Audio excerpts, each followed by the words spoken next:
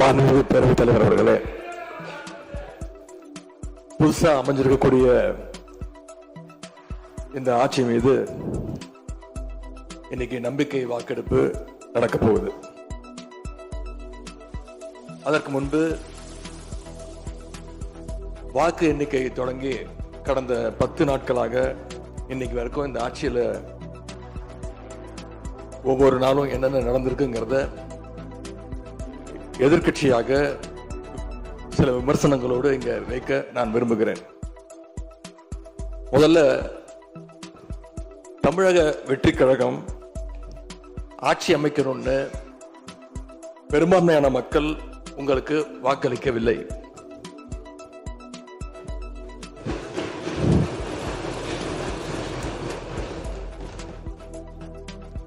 நடந்து முடிஞ்ச சட்டமன்ற தேர்தலில்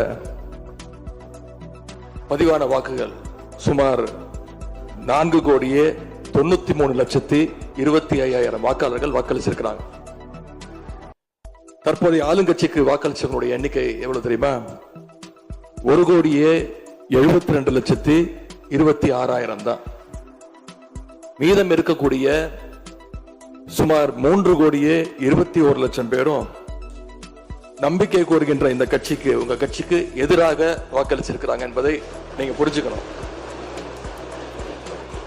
அதாவது கிட்டத்தட்ட 65% மக்களால நிராகரிக்கப்பட்ட ஒரு ஆட்சி மேல எங்களுக்கு மட்டும் இல்ல, உங்களுக்கு வாக்களிச்ச மக்களுக்கே கொஞ்சம் கொஞ்சமா நம்பிக்கை குறைஞ்சிட்டு வருது. அடுத்து மிக முக்கியமான ஒண்ணு நம்பர்ஸ், மெஜாரிட்டிக்கான நம்பர்ஸ். நம்முடைய சட்டமன்றம் 234 உறுப்பினர்களை கொண்டது.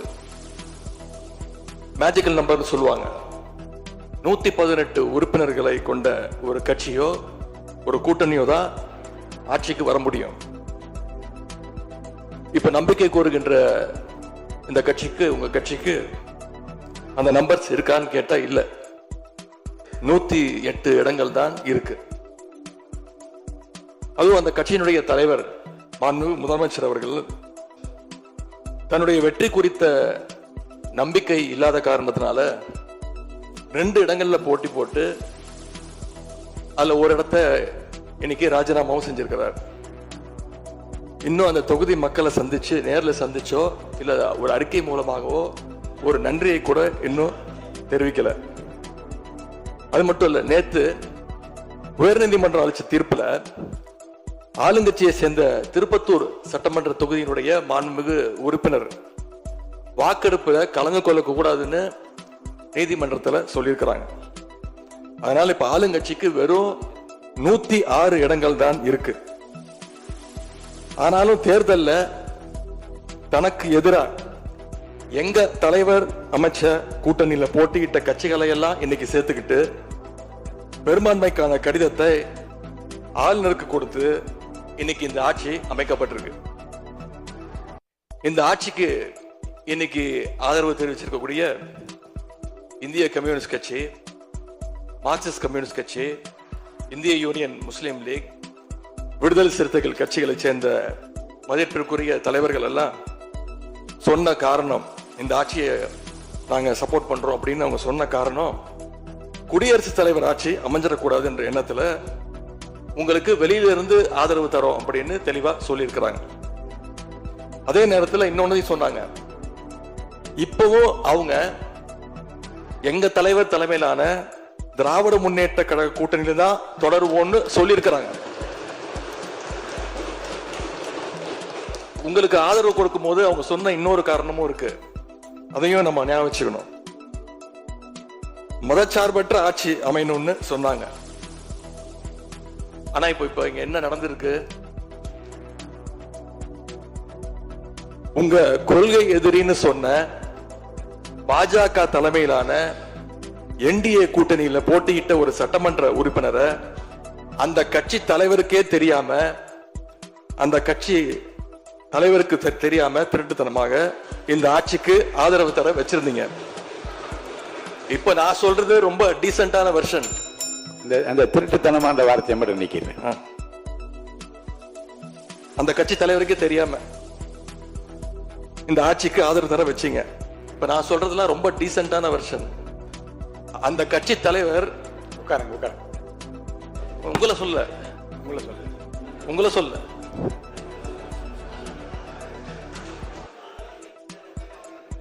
உட்காருங்க. மாண்பு உறுப்பினர் காமராஜ் உட்காருங்க. மாண்பு உறுப்பினர் காமராஜ் உட்காருங்க. மாண்பு உறுப்பினர் காமராஜ் உட்காருங்க. இப்ப நான் சொன்னதுல ரொம்ப டீசென்டான விஷயம் வெர்ஷன். அந்த கட்சி தலைவர் திரு டிடிவி தினகரன் சொன்னது என்ன தெரியும்? சொன்னாரு, ஆட்சிக்கு வர்றதுக்கு முன்னாடியே குதிரை பேரத்துல ஈடுபடுறாங்கன்னு சொன்னார். நேற்று சொல்லியிருக்கிறாரு, மாற்றம்னு சொன்னீங்க, இது மாற்றம் இல்ல துர்நாற்றம் அப்படின்னு சொல்லியிருக்கிறார்.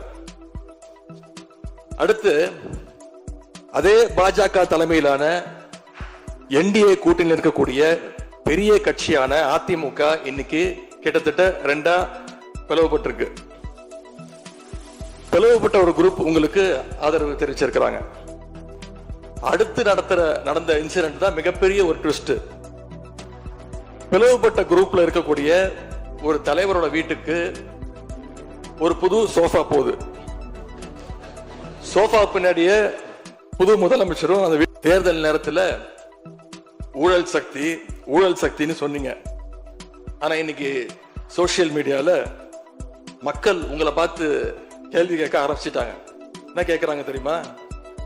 அந்த ஊழல் சக்தியோடு சேர்ந்து இருக்கக்கூடிய ஆளுங்கட்சிய இப்ப என்ன சக்தின்னு கூப்பிட போறாங்க.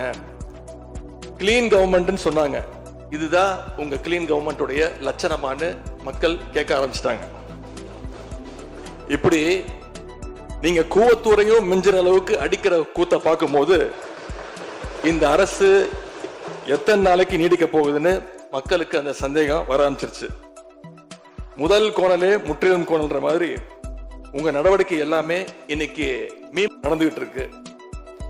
இப்படி எம்எல்ஏக்களை எல்லாம் கடன் பெற்று ஆட்சி நடத்துகின்ற முதலமைச்சர் தான் அளித்துள்ள போலி வாக்குறுதிகளை நிறைவேற்ற முடியாதுன்னு தெரிஞ்ச உடனே முந்தைய அரசு, அதாவது எங்களுடைய அரசு, வளர்ச்சிக்காக பெற்ற கடன் குறித்து தவறான கருத்துக்களை தந்து மக்களை இன்னைக்கு திசை திருப்ப முயற்சி செஞ்சு கொண்டிருக்கிறார்.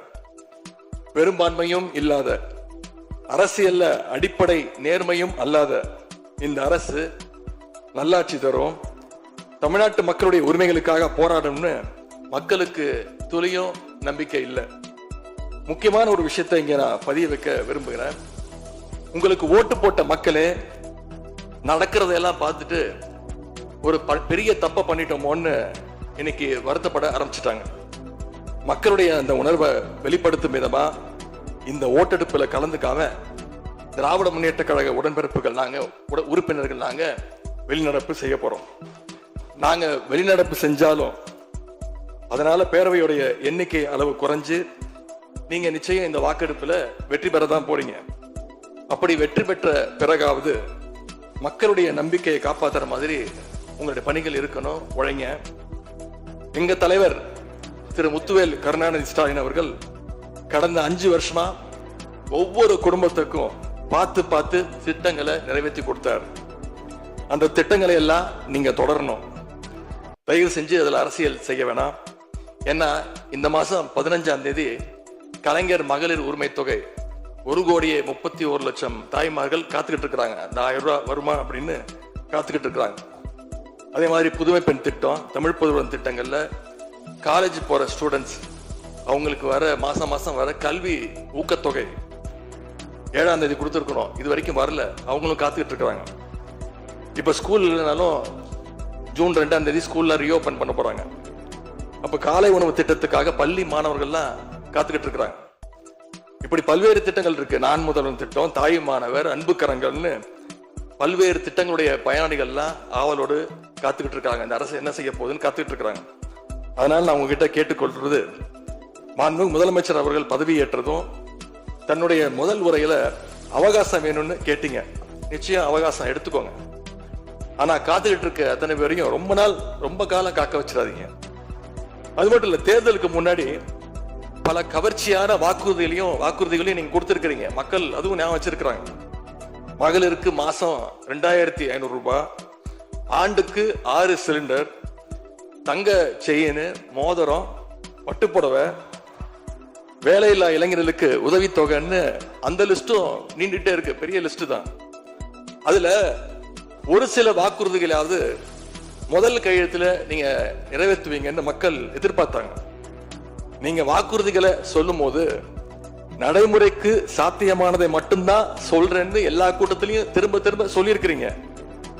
எனவே அதை விரைந்து செஞ்சு காட்டுங்க. இந்த நேரத்தில் எங்க திராவிட மாடல் ஆட்சியை பத்தி நான் ஒன்னே ஒன்று மட்டும் குறிப்பிட விரும்புறேன். நாங்க ஆட்சிக்கு வரும்போது 2021 கடுமையான கோவிட் பெருந்தொற்று காலம், செகண்ட் வேவ். அப்ப மாநிலத்துடைய பொருளாதார வளர்ச்சி எவ்வளவு தெரியுமா? வெறும் 0.7%. அந்த நிலையிலையும் எங்க தலைவர், எங்க முதலமைச்சர் அப்போ முதல் கையெழுத்திலேயே மகளிருக்கு விடியல் பயண திட்டத்தை கொடுத்தார். முதல் நாளே எல்லா குடும்பங்களுக்கும் 4000 ரூபாய் லாக்டவுன் உதவித்தொகையை எங்க முதலமைச்சர் கொடுத்தார். ஆவின் பால் விலை குறைப்பு, இப்படி முதல் நாளே 5 கோப்புகள்ல கையெழுத்து போட்டார். ஒரே மாசத்துல தேர்தல் அறிக்கையில சொன்ன மாதிரி பெட்ரோல் விலைய லிட்டருக்கு 3 ரூபாய் குறைப்பதற்கான உத்தரவையும் எங்க முதலமைச்சர் போட்டார். இப்படி கடுமையா உழைச்சதுனாலதான் இன்னைக்கு 5 ஆண்டு முடிவில் இந்தியாவிலேயே பொருளாதார வளர்ச்சியில நம்பர் 1 மாநிலமாக இன்னைக்கு தமிழ்நாட்டை எங்களுடைய தலைவர் மாத்தி காட்டியிருக்கிறார். நாங்க நம்பர் 1 மாநிலமா மாத்திட்டு தான் ஆட்சியை விட்டு போயிருக்கோம். உங்க ஆட்சியை பொறுத்த வரைக்கும் வெறும் இன்ஸ்டாகிராம்ல ரீல்ஸ் ஆட்சியா இல்லாம ரியல் ஆட்சியா நடத்துங்க. அது மட்டும்தான் மக்களுடைய கோரிக்கை. எங்களுடைய தலைவர், திராவிட முன்னேற்ற கழகத்துடைய தலைவர் முத்துவேல் கருணாநிதி ஸ்டாலின் அவருடைய கட்டளையின்படி நீங்க ஆட்சியை தொடர நாங்க தடையா இருக்க விரும்பல. அந்த வகையில பேரவையிலிருந்து நாங்க வெளிநடப்பு செய்யறோம். நன்றி, வணக்கம்.